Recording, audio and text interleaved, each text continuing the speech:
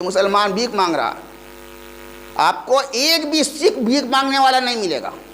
ان کے اندر سخت تاکید اس بات کی کہ اگر آپ سکھ ہو گئے، آپ گرو گرنتھ صاحب کے ماننے والے ہو گئے، تو اب آپ بھیک نہیں مانگ سکتے۔ کڑا کچا اور بنیان والے لوگ نہیں، ان کی مدد کریں گے۔ سکھ سماج کے لوگ غریب کی مدد کر کے اس کو کسی نہ کسی کاروبار میں لگا دیتے ہیں۔ ایک آدمی بھی آپ کو نہیں ملے گا، ایک جینی بھی نہیں ملے گا۔ ہاں، بدھسٹ ملتے ہیں۔ جو بدھسٹ ہیں وہ تو کہتے ہیں کہ نفس کے مارنے کے لیے ضروری یہ ہے کہ بھکشا لی جائے، اور بھکشا لینے ہی والوں کو بھکشو کہتے ہیں۔ ان کا نظام الگ ہے۔ وہ نفس کے مارنے کے لیے ایسا بڑے بڑے رئیسوں سے کراتے ہیں۔ خود گوتم بدھ جو شہزادے تھے، انہوں نے بھکشا لی، تو ان کا ایک الگ فلسفہ ہے، وہ فلسفی الگ ہے۔ لیکن اسلام ایک مکمل دین لے کر کے آیا۔ غربت کا خاتمہ کرنے کے لیے اس نے ہم کو ایک نظام دیا ہے جسے نظام زکوٰۃ کہتے ہیں۔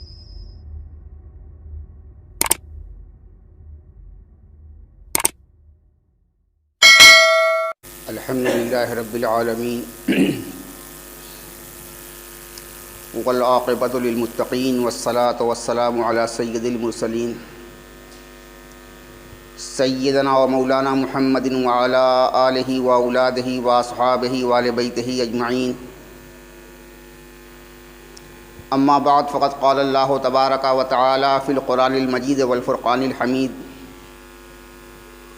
اعوذ باللہ من الشیطان الرجیم، بسم اللہ الرحمن الرحیم۔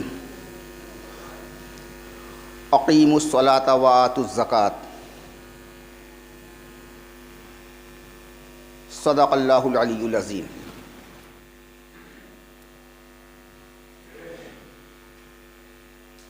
حاضرین محترم، مصلیان کرام، معزز و محترم سامعین،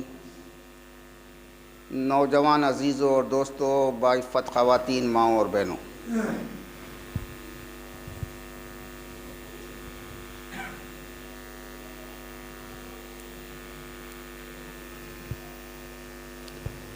ہمارے اسی زمانے کے عالم اسلام کے ایک بہت بڑے مجتہد عالم،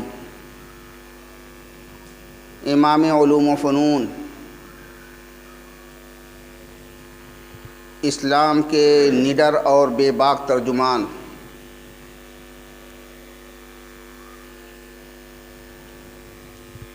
دنیا میں اقامت دین اور اقامت عدل قائم کرنے والے بہت بڑے داعی اسلام،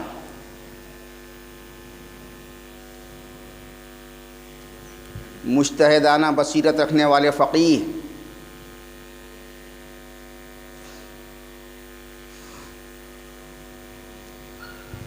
اور سینکڑوں بڑی بڑی علمی، فقہی، اجتہادی کتابوں کے مصنف علامہ یوسف القرضاوی، جن کا انتقال حال ہی میں بس تقریباً 2 مہینہ پہلے مملکت کویت میں ہو گیا۔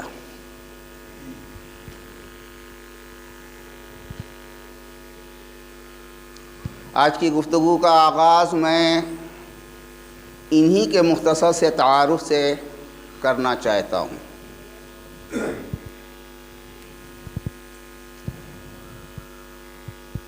علامہ قرضاوی مصر کے رہنے والے تھے۔ وہیں کے جامعہ ازہر میں قدیم انداز سے جیسے کہ وہاں تعلیم ہوتی چلی آئی ہے، ان کی بھی تعلیم ہوئی تھی۔ وہیں سے انہوں نے ڈاکٹریٹ کیا تھا، لیکن وسعت مطالعہ کی بنا پر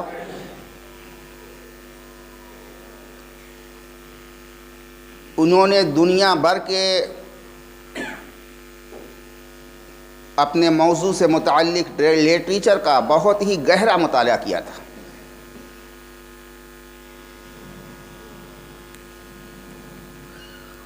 کئی زبانوں کے ماہر تھے۔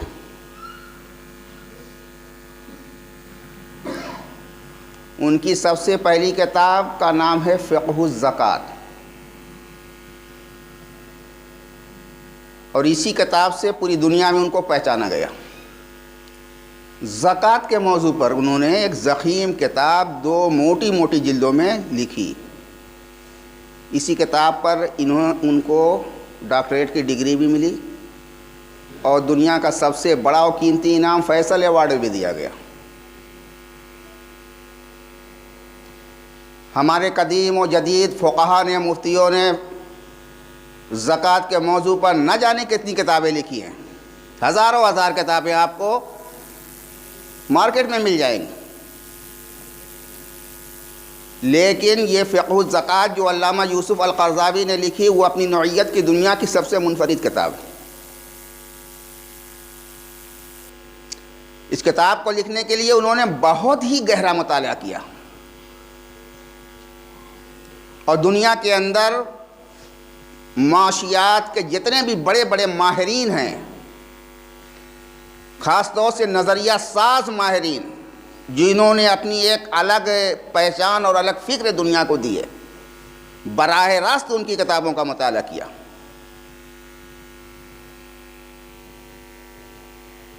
جیسے آپ نے نام سنا ہوگا کارل مارکس کا،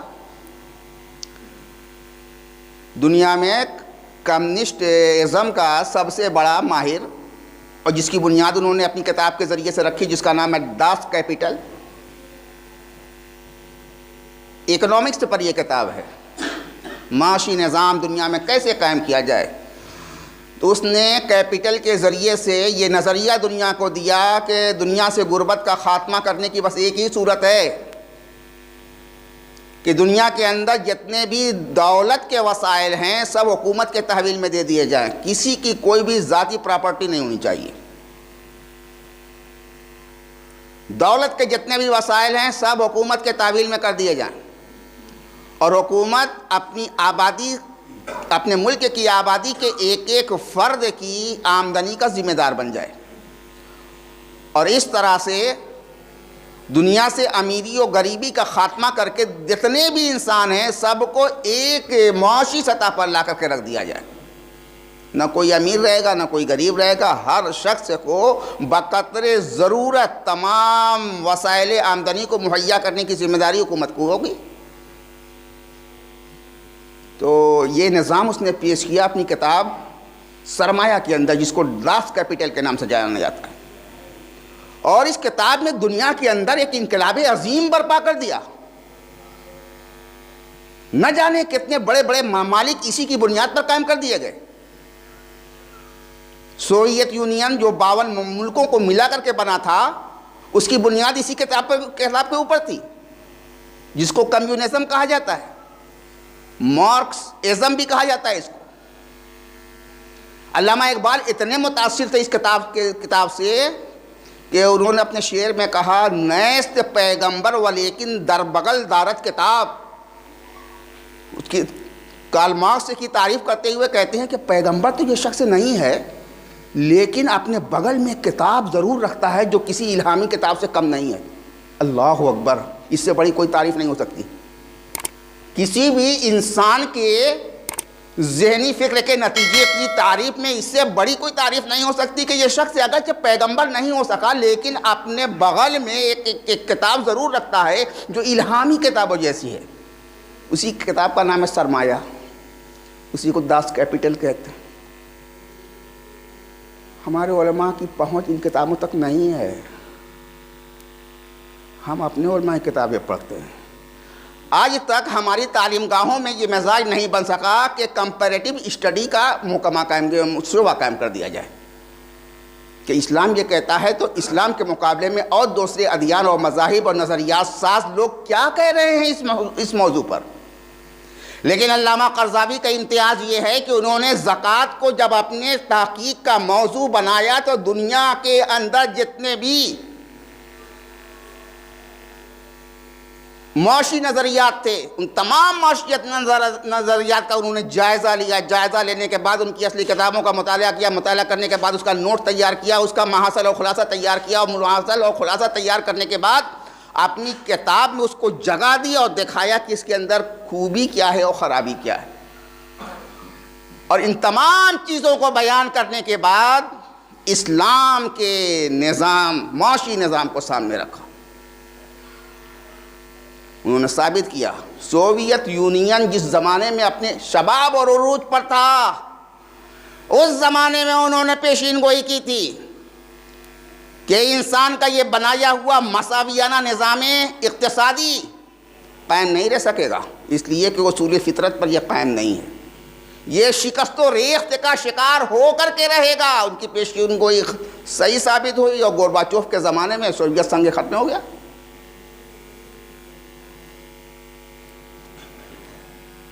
یہ دنیا میں ہو ہی نہیں سکتا کہ سارے انسان اقتصادی طور پر بالکل برابر ہو جائیں، نہ کوئی امیر رہے نہ کوئی غریب رہے، یہ نہیں ہو سکتا، یہ فطرت کے خلاف ہے۔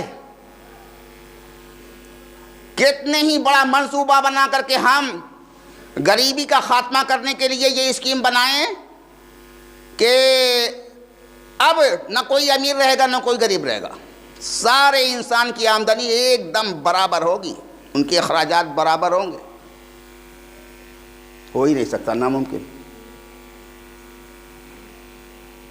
یہ پیشین گوئی کی تھی انہوں نے، اور بہت ترقی ہوئی سوویت یونین کی، بہت ترقی کی چائنا نے، اور بہت سے کمیونسٹ ممالک دنیا میں آج بھی موجود ہیں جو اسی کی اساس پر قائم ہے، سب کا خاتمہ ہو کر کے رہے گا۔ علامہ قرضاوی نے بتایا کہ اصول فطرت کے مطابق جو نظام اقتصادی اسلام نے ہمیں عطا فرمایا ہے اور جس کی اساس زکوٰۃ کے اوپر رکھی گئی ہے، وہی ہمیشہ چلنے والا قانون اور نظام ہے۔ ذرا خشک انداز کی میں گفتگو کر رہا ہوں آج، لیکن زکوٰۃ کے اوپر اس پہلو سے، اس نظریے سے گفتگو ذرا کم کی جاتی ہے۔ زکوٰۃ کی فضیلت بیان کر دی جاتی ہے، زکوٰۃ نہ دینے والے کی عذاب کیا ہوتا ہے وہ بیان کر دیا جاتا ہے، کچھ حدیثوں میں جو باتیں آئی ہیں ان کو بیان کر دیا جاتا ہے، زکوٰۃ کا نصاب بیان کر دیا جاتا ہے، کچھ فقہی مسائل بیان کر دیے جاتے ہیں، لیکن یہ لوگ اس پر نگاہ بہت کم لوگوں کی جا رہی ہے کہ اسلام نے ہم کو جو زکوٰۃ کا نظام دیا ہے یہ بہت بڑا اقتصادی نظام ہے، دنیا کی اکنامی کو اس کے ذریعے سے بیلنس کیا جا سکتا ہے، اس پر نگاہ نہیں ڈالی گئی۔ علامہ قرضاوی کا یہ بہت بڑا احسان عظیم ہے کہ انہوں نے بتایا کہ دنیا کی اکنامی کو بیلنس کرنے کے لیے اللہ تبارک و تعالیٰ نے اپنی طرف سے آسمان کے اوپر سے جو نظام ہم کو عطا کیا ہے، اس نظام کی اساس زکوٰۃ کے اوپر ہے۔ زکوٰۃ کا کیا مطلب ہے؟ اس کا مطلب ہی ہم نہیں سمجھ پاتے۔ رمضان آئے گا، ہمارے علماء کرام ممبروں پر بیٹھ کر کے زکوٰۃ کا حکم اور زکوٰۃ کا مصرف اور زکوٰۃ کا پرسنٹیج وغیرہ بتا دیں گے، گویا زکوٰۃ صرف رمضان میں ادا کی جاتی ہے، ایسا بھی تو کچھ نہیں ہے۔ زکوٰۃ کا مقصد یہ ہے کہ انسانی سماج کے اندر، انسانی معاشرے کے اندر جو بے انتہا غریبی پائی جاتی ہے اس غریبی کا خاتمہ کر دیا جائے۔ اسلامی معاشرے کے اندر انتہا درجے کے جو مفلوق الحال مسکین، فقیر، یتیم پائے جاتے ہیں اور ان کے پاس کوئی بھی ذریعہ آمدنی نہیں ہے، وہ ادھر ادھر گداگری کرتے ہوئے نظر آ رہے ہیں، ان کے اندر سے، اسلامی سماج کے اندر سے گداگری کا خاتمہ کرنے کے لیے اللہ تبارک و تعالیٰ نے ہم کو زکوٰۃ کا نظام عطا کیا تھا، لیکن ہم نے اس کو بالکل الٹ دیا۔ ہم نے زکوٰۃ کا مطلب یہ سمجھا کہ لوگ اس کے ذریعے سے اسی کے نام پر زیادہ سے زیادہ پیسہ حاصل کرنے لگے، گویا گداگری کو بڑھانے والی ایک چیز بن گئی۔ ذرا سوچو، ایک باریک بات میں کہہ رہا ہوں، اللہ نے زکوٰۃ کا نظام ہم کو اس لیے دیا تھا کہ تاکہ گداگری کا خاتمہ ہو، لیکن ہم نے اس کو گداگری کو بڑھانے والی ایک چیز بنا دیا۔ رمضان آئے گا، ایک بڑی سی ٹیم پورے ہندوستان میں گھومنا شروع کر دے گی، لاؤ بھائی زکوٰۃ کے مستحق ہیں پیسہ دو، زکوٰۃ کے مستحق ہیں ہم پیسہ دو۔ آئے ہیں، دیتے ہی ہیں لوگ، لیکن کیا زکوٰۃ اللہ نے اسی لیے پیدا کی ہے کہ گداگروں اور فقیروں کو بڑھاوا ملے؟ نہیں، ایسا قطعاً نہیں ہے۔ اللہ کے رسول نے اللہ کے رسول صلی اللہ تعالیٰ علیہ وسلم سے ایک مرتبہ دریافت کیا گیا کہ یا رسول اللہ، زکوٰۃ کس طرح ادا کی جائے، اس کا طریقہ کیا ہے؟ آپ نے کہا کہ زکوٰۃ امیروں سے لیا جائے گا اور غریبوں کو دیا جائے گا۔ زکوٰۃ کی رقم امیروں سے حاصل کی جائے گی اور غریبوں کو دے دی جائے گی، تاکہ ہمارے سماج سے غریب لوگ ختم ہو جائیں۔ اگر ہم غریب کو 2 روپیہ 4 روپیہ دیتے ہیں تو اس کی غریبی اس سے ختم ہوگی؟ نہیں ختم ہوگی، اس کے اندر پیسے کی طلب اور بڑھے گی، وہ مکمل طور پر بھیک منگا بنے گا۔ 2 روپیہ حاصل کرنے کے لیے لوگوں کے گھر گھر جائے گا، ہاتھ پھیلائے گا، کہے گا دو اللہ کے نام پر۔ پہلے جھجک تھی، لیکن جب اس کو صرف 2 روپیہ ملنا شروع ہو گیا، 1 روپیہ ملنا شروع ہو گیا، تو اس کی جھجک ختم ہو جائے گی، گھر گھر جائے گا، دو اللہ کے نام پر 1 روپیہ۔ 1 روپیہ دے کر کے اس کی غریبی ختم ہو سکتی ہے؟ زکوٰۃ کی مصلحت اللہ نے یہ رکھی ہے کہ زکوٰۃ کی رقم زکوٰۃ کے مستحق کو اتنی دو کہ اس کی غربت کا خاتمہ ہو جائے، اور اسی سے اتنا پیسہ دے دو کہ اسی سے کوئی چھوٹا موٹا کاروبار کھڑا کر لے، اس میں محنت اس طرح سے کرے کہ اگلے سال پھر اس کو زکوٰۃ مانگنا نہ پڑے، وہ زکوٰۃ دینے والا بن جائے۔ زکوٰۃ کا مقصد یہ بیان کیا گیا ہے کہ اموال زکوٰۃ کو فقراء و مساکین میں اس طرح سے تقسیم کرو کہ وہ اپنے پاؤں پر کھڑے ہو جائیں، چھوٹا ہی موٹا صحیح کوئی نہ کوئی بزنس اس سے کر لیں، اور اگلے سال ان کو پھر دروازے پر جا کے مانگنے کی ضرورت نہ پڑے۔ وہ محنت اتنی کریں کہ اگلے سال یا 2-3 سال کے بعد یہ وہ دینے والے بن جائیں۔ یہ مقصد بیان کیا گیا۔ اسی لیے علامہ قذافی کہتے ہیں کہ غربت کا خاتمہ دنیا سے زکوٰۃ کے ذریعے ہی سے کیا جا سکتا ہے، لیکن صحیح طریقے سے زکوٰۃ کی اگر وصولی کی جائے اور صحیح طریقے سے مستحقین کو دی جائے، ہمارے یہاں جو نظام بے نظامانہ انداز سے چل رہا ہے، اس کے ذریعے سے تو صرف گداگری کو بڑھاوا ملے گا۔ یہ خاتمہ ہونا چاہیے۔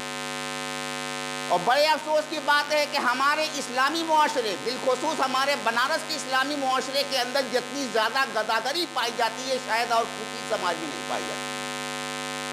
ہندو سماج کے اندر آپ کو ہندو بھیک مانگنے والے شاذ اور نادر ہی ملیں گے۔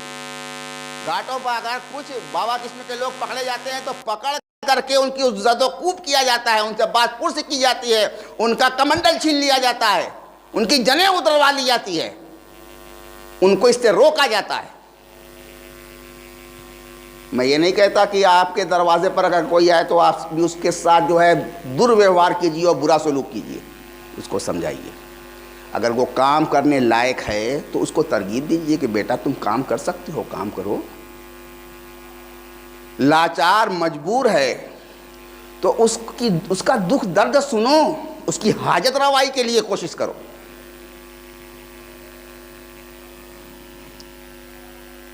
کبھی کبھی ایسے لوگ بھی نگاہ کے سامنے آ جاتے ہیں جو اپنی زبان سے اپنا دکھ بیان نہیں کر سکتے ہیں، لیکن حالات نے ان کو اتنا مجبور کر دیا ہے کہ اس کے علاوہ ان کے پاس کوئی دوسرا راستہ بھی نہیں،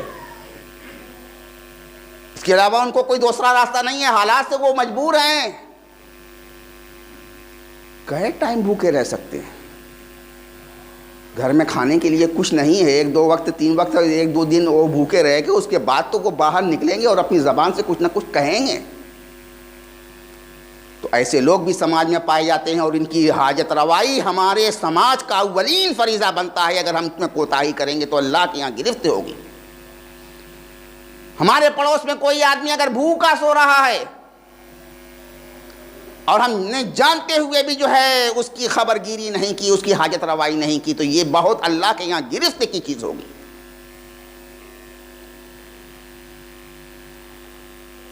ایک مولانا صاحب اپنی ایک تقریر میں بیان کر رہے تھے، بہت مختصر سی بات انہوں نے کہی لیکن دل کو جھنجھوڑ دینے والی بات۔ انہوں نے کہا ایک مسجد پر میں نماز پڑھنے کے لیے چلا گیا، اور جب دروازے پر آیا تو دیکھا کہ ایک بوڑھی سی عورت جس کے ہاتھ میں راشا تھا، وہ ہاتھ میں ایک گلاس میں پانی لیے ہوئے کھڑی تھی اور کہہ رہی تھی کہ اس پر دم کر دیجیے۔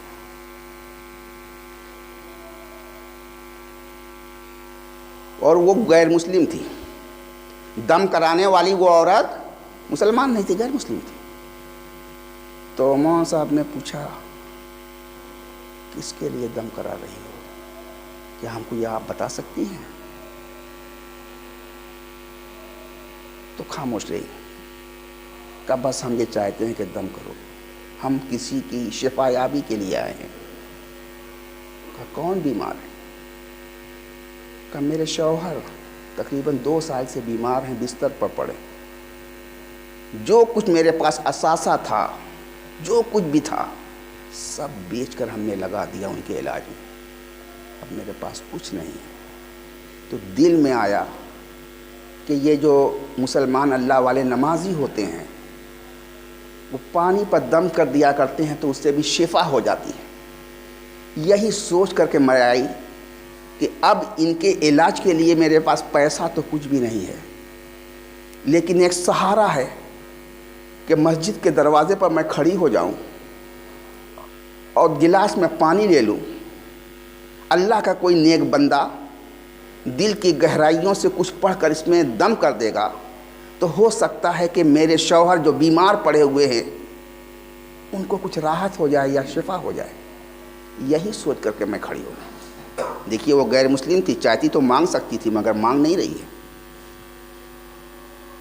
اگر مسلمان ہوتا در در جاتا، عورت بھی در در جاتی، اپنا دکھڑا بتاتی، تفصیل بتاتی، لیکن وہ غیر مسلم ہے، وہ اپنے گھر کی عزت کو ڈھانکے ہوئے ہے اور سہارا پانی کا لے رہی ہے، ہاتھ پیسہ کے لیے نہیں پھیلا رہی، ہاتھ پیسہ کے لیے نہیں پھیلا رہی ہے، گلاس میں پانی لے کر کے کھڑی ہے کہ آپ اس پر دم کر دیجئے، ہو سکتا ہے کہ اپنے بیمار شوہر کو یہ پانی میں پلا دوں تو ان کو کچھ افاقہ ہو جائے یا ان کا مرض دور ہو جائے۔ مولانا صاحب نے جب یہ بات سنی تو آنکھ کھل گئی، ان کی آنکھ کھل گئی۔ مسجد میں جتنے لوگ تھے ان کو روکا کہ دیکھو ان کو پہچانتے ہو، یہ کہاں کی ہے؟ لوگوں نے کہا بغل ہی کی تو ہیں۔ کہا دیکھو یہ کیا کہہ رہی ہیں، یہ کہہ رہی ہیں کہ جو کچھ تھا سب ان کے علاج میں لگا دیا، اب کھانے کے لیے بھی کچھ نہیں ہے، علاج کرنے کے لیے کچھ بھی نہیں ہے۔ لیکن مسجد کے دروازے پر آ کر کے وہ یہ نہیں کہہ رہی ہیں کہ میرے مریض شوہر کے لیے آپ 2 روپیہ دے دیجئے، بلکہ پانی کا گلاس لے کر کے کھڑی ہے کہ آپ دم کر دیجئے۔ روکا اور کہا ذرا سے اس سے یہ پوچھو کہ تم نے کھانا کھایا ہے کہ نہیں، تم نے کھانا کھایا ہے کہ نہیں۔ اس کی آنکھ سے آنسوؤں کے موٹے موٹے قطرے گرنے لگے اور کہا آج 3 دن ہے کہ ایک لقمہ زبان پر میں نے نہیں رکھا ہے۔ تو کہا آج 3 دن ہے کہ زبان پر ایک لقمہ میں نے نہیں رکھا ہے، میرے مریض شوہر بھی بھوکے، میں بھی بھوکی، لیکن ہاتھ نہیں پھیلا رہی ہے، پانی پر دم کرا رہی ہے۔ اسی وقت مولانا نے علاقے کے لوگوں سے کہا جو بھی ہو سکے مدد کرو، یہ مت دیکھو کہ یہ مسلم ہے یا غیر مسلم، یہی اللہ کی راہ میں خرچ کیا ہوا، اگر اللہ کو یہ تمہارا انفاق فی سبیل اللہ پسند آ گیا تو انشاءاللہ اس کی بہترین جزا تم کو دنیا میں بھی ملے گی اور آخرت میں بھی ملے گی، اور اس سے بڑھیا اور اس سے بڑی کوئی نیکی نہیں ہے کہ کسی غریب کا پیٹ بھر دیا جائے، کسی بھوکے کو کھانا کھلا دیا جائے۔ الحمدللہ اسی وقت لوگوں نے اس کی مدد کی، اچھی خاصی مدد کی، پھر سے اس کا علاج شروع ہو گیا۔ میں ایک فرق بتانا چاہتا ہوں اسلامی معاشرے اور غیر اسلامی معاشرے کا، کہ وہ بھوکے رہ جائیں گے لیکن ہاتھ نہیں پھیلاتے، اور ہمارے یہاں ہے کہ سب کچھ بھرا ہوا ہے، بینک بیلنس سے بھی ہے، لیکن پھر بھی گداگری کا کچھ لوگوں نے پیشہ بنا کر کے رکھا، گداگری کا پیشہ بنا کر کے رکھا ہے۔ اور کبھی کبھی یہ گداگر عجیب عجیب جملہ بول کے چلے جاتے ہیں کہ حیرت ہوتی ہے۔ اگر کہو کہ ارے بھائی پھٹکر نہیں ہے کہ کتنے کا پھٹکر چاہیے؟ 500 کا چاہیے کہ 1000 کا چاہیے کہ 2000 کا چاہیے؟ کئی ہزار روپیہ پاکٹ میں لے کر کے سب چلتے ہیں اور کہتے ہیں کہ بہت سا بزنس کرنے سے بہتر یہ ہے کہ یہی کام کر لو، صبح سے شام تک جاتے جاتے 1000 روپیہ ہم لے کر کے چلے جائیں گے، کاہے کو کوئی جھنجھٹ کرنے کی ضرورت ہے؟ کچھ مت کرو، یہی سب سے بڑا کاروبار ہے۔ گویا گداگری کو کچھ پیشہ وروں نے اپنا بزنس بنا لیا ہے۔ میں کہوں گا کہ ایسے اس چیز کا خاتمہ ہونا چاہیے۔ اسلام اس چیز کی قطعاً اجازت نہیں دیتا کہ گداگری کو کوئی بھیک مانگنے کو کوئی شخص جو ہے اپنا پیشہ بنائے اور پیشہ بنا کر کے اس کو دوسرے صحیح اور جائز کاروبار سے بہتر سمجھے۔ میں بات بہت اونچی کرتے کرتے نچلی سطح پر آ گیا، لیکن اسلام کا جو نظام زکوٰۃ و صدقات ہے یہ ایک اتنا پرفیکٹ اور ایک اتنا بہترین نظام ہے کہ اس کے ذریعے سے دنیا کے اندر سے غربت کا خاتمہ کیا جا سکتا ہے۔ یہی نظام خلفائے راشدین کے زمانے تک چلا، اور جانتے ہو کہ اسلام میں سب سے پہلا فتنہ ارتداد کس نام سے پیدا ہوا؟ مسلمان کس میٹر کو لے کر، کس معاملے کو لے کر کے سب سے پہلے ارتداد کے شکار ہوئے؟ شاید نہیں جانتے آپ، وہ یہی زکوٰۃ کا مسئلہ تھا۔ اللہ کے رسول صلی اللہ تعالیٰ علیہ وسلم کے وصال گرامی کے بعد حضرت سیدنا ابو بکر صدیق جو ہی خلیفہ بنے ہیں، دور دراز کے کچھ قبائل کے لوگوں نے کہا ہاں ٹھیک ہے، خلیفہ بن گئے ابو بکر صدیق، ہمارے سر آنکھوں پر ان کی خلافت۔ اسلام کا ہر نظام بھی سر آنکھوں پر، رسول اللہ کی سرحد بھی سر آنکھوں پر، اللہ کی توحید بھی سر آنکھوں پر۔ اسلام نے جو نظام دیا ہے، ہم نماز بھی پڑھنے کے لیے تیار ہیں، ہم روزہ بھی رکھنے کے لیے تیار ہیں، اگر صاحب استطاعت ہیں تو حج بھی کرنے کے لیے زکوٰۃ ہے، لیکن ایک کام اب نہیں کریں گے۔ مانعین زکوٰۃ نے کہا ایک کام اب نہیں کریں گے، یعنی اپنے اموال کی زکوٰۃ ابو بکر کو نہیں دیں گے۔ کاہے کو دے؟ کمایا ہم نے، اتنی محنت مشقت سے کیا، اس کا 2.5% نکال کر کے 40واں حصہ ابو بکر صدیق کو دے دیں؟ نہیں دیں گے۔ ان کو مانعین زکوٰۃ کہتے ہیں۔ سب سے پہلا فتنہ اسلام میں اسی زکوٰۃ کے نام پر پیدا ہوا ہے۔ حضرت سیدنا ابو بکر صدیق بہت سوچ میں پڑ گئے کہ ہم کیا کریں، یہ لوگ کہتے ہیں کہ ہم زکوٰۃ نہیں دیں گے، جتنی چاہے اتنی نماز پڑھوا لو، سب نماز پڑھنے کے لیے تیار ہیں، 1 مہینہ کا 4 مہینہ کا روزہ رکھوا دو، روزہ بھی رکھنے کے لیے تیار ہے، لیکن یہ محنت مشقت کی جو کمائی ہماری ہے اس کے اندر سے 40واں حصہ یعنی 2.5% زکوٰۃ کے نام سے جو ہم سے طلب کیا جا رہا ہے، ہم یہ نہیں دیں گے۔ انسان کو سب سے زیادہ محبت اگر کسی چیز کی ہوتی ہے تو اس کا پیسہ ہوتا ہے۔ لوگ کہتے ہیں چمڑی چلی جائے تو چلی جائے، دمڑی نہیں جانا چاہیے۔ تو یہی مزاج تھا۔ حضرت سیدنا ابو بکر صدیق نے صحابہ کرام کی مجلس شورا طلب کی، ان سے مشورہ کیا کہ کیا ہونا چاہیے، ان لوگوں نے زکوٰۃ دینے سے منع کر دیا ہے اور کہا نہیں دیں گے۔ حضرت سیدنا حضرت عمر فاروق نے کہا کہ اگر یہ لوگ اسلام کے ایک فریضے سے انکار کر رہے ہیں کہ ہم اس فریضے پر عمل نہیں کریں گے، تو گویا اسلام کی بنیاد کو یہ بے خوبن سے اکھاڑ رہے ہیں۔ اے خلیفۃ المسلمین، آپ ان کے خلاف جہاد کرنے کے لیے فوراً تیار ہو جائیے، اور جب تک یہ زکوٰۃ کی رقم ادا کرنے کے لیے اپنی رضامندی نہ ظاہر کریں گے تب تک ان کی گردنوں کو ہم لوگ اڑاتے رہیں گے۔ تو مانعین زکوٰۃ کے خلاف حضرت سیدنا ابو بکر صدیق نے سب سے پہلے جہاد کیا ہے، اور جب ہر طرف سے وہ پسپا ہو گئے اور اقرار کیا کہ ہاں جس طرح سے اور تمام فریضہ اسلام کی ادائیگی ہم کرتے آ رہے ہیں اسی طرح سے ہم زکوٰۃ بھی دیں گے، تب ہوا کہ ٹھیک۔ زکوٰۃ کی اہمیت اتنی زیادہ ہے اسلام کے اندر کہ صورت میں آپ کو دینا، اور جب یہ زکوٰۃ کا نظام مکمل طور پر نافذ ہو گیا تو چند ہی دنوں پر یہ عالم ہو گیا اسلامی سماج کے اندر سے کہ کوئی زکوٰۃ کا لینے والا نہیں۔ زکوٰۃ کی ادائیگی کے برکات اس صورت میں سامنے آئے تو وہی اسلامی معاشرہ تھا۔ خلیفہ وقت حیران ہے کہ اتنی زکوٰۃ کی رقمیں میرے پاس رکھی ہوئی ہیں، آخر ہم اس کو کس مصرف میں لائیں، کوئی لینے ہی پر تیار نہیں۔ صحیح طریقے سے کلیکشن ہوتا تھا، زکوٰۃ کی رقم کا صحیح کلیکشن ہونا چاہیے۔ اس کے لیے خلفاء نے بیت المال کا نظام بنایا، لیکن بیت المال سرکاری تحویل ہے، اس میں کوئی شخص اپنی مرضی سے بے جا تصرف نہیں کر سکتا۔